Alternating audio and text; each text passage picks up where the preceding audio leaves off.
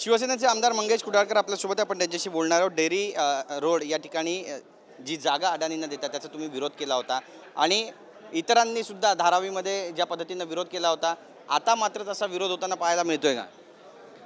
जेव्हा या जी.आर संदर्भात 10 तारखेला जी.आर निघाला आणि डेअरी रोडची जागा ही धारावीच्या पुनर्विकास प्रकल्पात दिली जाणार आहे आणि मी ताबडतोब त्याच दिवशी कुर्ल्यामध्ये सर्व नागरिकांना घेऊन आंदोलन केलं आणि ह्या संपूर्ण प्रकल्पाला म्हणजे जे कुर्ल्यामध्ये पुनर्वसन करणार आहेत त्या गोष्टीला माझा विरोध होता आणि सगळे सामान्य नागरिक होते आपले त्यांचा विरोध होता आणि मुख्य म्हणजे तिथे जवळजवळ 800 ते 1000 झाडं आहेत, त्यांचं संवर्धन झालं पाहिजे आणि मी सुद्धा मागणी सातत्याने 2 ते 2.5 वर्ष करतोय की तिथे क्रीडा संकुल एक अद्यावत शहाजीराजे क्रीडा संकुलच्या धर्तीवरती आणि बॉटॅनिकल गार्डन, कारण ते 800 झाडांचं संवर्धन सुद्धा झालं पाहिजे आणि त्या दृष्टीने माझी मागणी सातत्याने त्या ठिकाणी आहे आणि म्हणून माझं त्या पुनर्वसन ह्या ठिकाणी व्हावा यासाठी विरोध राहणारच आहे। नक्कीच, पण धारावीमधले जे लोक आहेत ज्यांची घरं तुटणार आहेत त्यांना आणून कुर्ल्यामध्ये बसवलं जाईल असं सुद्धा बोललं जात होतं।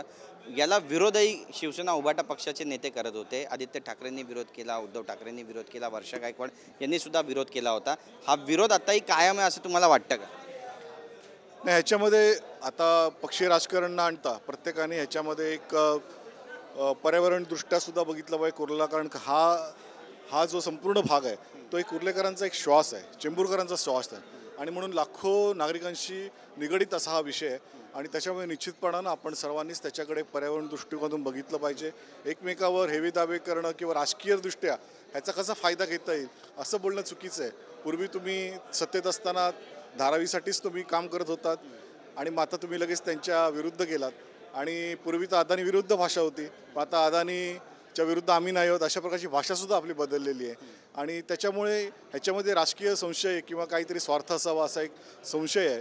आज जरी आदित्यजी त्या ठिकाणी आले असले तरी 2 वर्षापूर्वीसुद्धा आले होते, जेव्हा माझ्या विभागातली एक नाईकनगर सोसायटी ही त्या ठिकाणी डिलॅपिडेट कंडिशनमध्ये होती, ती अचानकपणे कोसळली आणि त्या ठिकाणी सुद्धा आले, फक्त आश्वासन देऊन गेले। प्रत्यक्षात काम हे एकनाथ शिंदे साहेबांच्या नेतृत्वाखाली आम्ही केलं, प्रत्येक कुटुंबियांना 5 लाख रुपये दिले आणि आज आम्ही जो शब्द दिला होता तोही पाळला आणि या नाईकनगर सोसायटी एका दिमाखानं त्या ठिकाणी त्यांचा पुनर्विकास होतोय, त्यांचं भूमिपूजनसुद्धा झालं, हे काम आम्ही केलेलं आहे। नुसतं येऊन आश्वासन किंवा भेट देऊन काहीतरी राजकीयदृष्ट्या आपलं कसं साधता येईल या दृष्टिकोनातून ते प्रयत्न करत आहेत। आता केविलवाणा प्रयत्न आहे, कारण अर्थसंकल्पसुद्धा काल झालेला आहे। आज संपूर्ण महाराष्ट्रातली सर्व जनता म्हणजे सगळ्याच वर्गातले कष्टकरी, शेतकरी, कामगार, युवा, विशेष करून महिला हे सर्वच आज खुश आहेत आणि चांगल्या योजना त्यांच्यासाठी या अर्थसंकल्पामध्ये आहेत।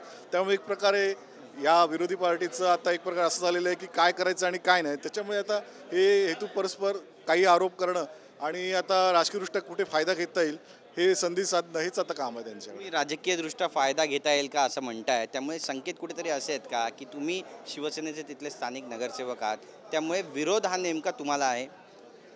त्यांचा विरोध तर पहिल्यापासूनच आहे। मुख्य म्हणजे ते पालकमंत्री होते, पालकमंत्री असताना मी जो त्याच पक्षाचा आमदार होतो, पण कोविडचा काळ असताना सुद्धा 2 ते 2.5 वर्ष त्यांनी अजिबात कोणाकडेच बघितलेलं नाही आहे। कुठल्याच मुंबईच्या कुठल्याही आमदारांनी, त्यांच्याकडे जे आमदार आहेत किंवा खासदार आहेत त्यांनाही जर विचारलं तरी ते सांगतील, कारण कोविड काळामध्ये हे फक्त वर्षा आणि मातोश्रीवरच होते, खाली उतरलेच नाही, जनसामान्यांकडे बघायला त्यांना वेळ नव्हता आणि आज अचानक जरा थोडीशी गडबड झाली आहे, थोडंसं पायाखालची वाळू सरकलेली आहे आणि त्याच्यामुळे आज या खाली उतरलेले आहेत। त्यानंतर पूर्वी मंत्री असताना सुद्धा कुठेच मुंबईभर किंवा महाराष्ट्रभर फिरले नाही। आम्ही त्यावेळी सांगत होतो की संघटनेकडे लक्ष द्या किंवा इतर विकास कामांकडे लक्ष द्या, पण त्यांचं काम वेगळं सुरू होतं, हे जनतेच्या बी लक्षात आलेलं आहे। पण सोयीचं राजकारण म्हणावं आदित्य ठाकरेंचं हे सोयीचंच राजकारण, कारण ते समोर दिसतंय त्यांच्या।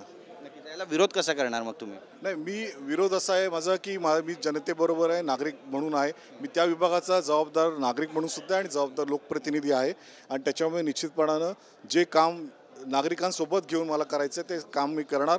त्या ठिकाणी अदानीच्या कामाची एकही वीट त्या ठिकाणी रचू देणार नाही आणि कुठल्याही परिस्थितीमध्ये त्या ठिकाणी क्रीडा संकुल किंवा बॉटॅनिकल गार्डन आणि 800 झाडांचं संवर्धन मी त्या ठिकाणी आता नंबरसुद्धा झाडांना टाकायचं काम मी त्या ठिकाणी करतोय. म्हणजे एकही झाड त्या तिकडनं त्याचा तुटता कामा नये, त्यांचं संवर्धन झालं पाहिजे अशा प्रकारची भूमिका माझी आहे. धन्यवाद आमच्याशी बोलल्याबद्दल. तर आपण पाहतो सत्ताधारी आमदार आहेत ज्यांनी आपली भूमिका मांडलेली आहे आणि कुर्ल्यामध्ये डेअरी रोडचा जो प्रकल्प आहे तिथली जी झाडं आहेत ती तोडू देणार नाही असा निर्धार त्यांनी केलेला आहे आणि शासनाच्या GRला त्यांनी कुठे ना कुठेतरी विरोधसुद्धा केला आहे. त्यामुळे सत्ताधारी आमदारांनी आता स्थानिक मदर डेअरीच्या जागेवर बोटॅनिकल गार्डन व्हावं यासाठी रणशिंगा फुंकला आहे. कॅमेरा पर्सन योगेश गुरवचा गिरीश गायकवाड, TV9 मराठी, मुंबई.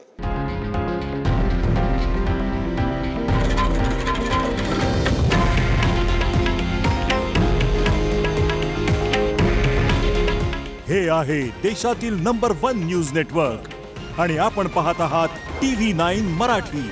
काळजी तुमची, हित महाराष्ट्राचं.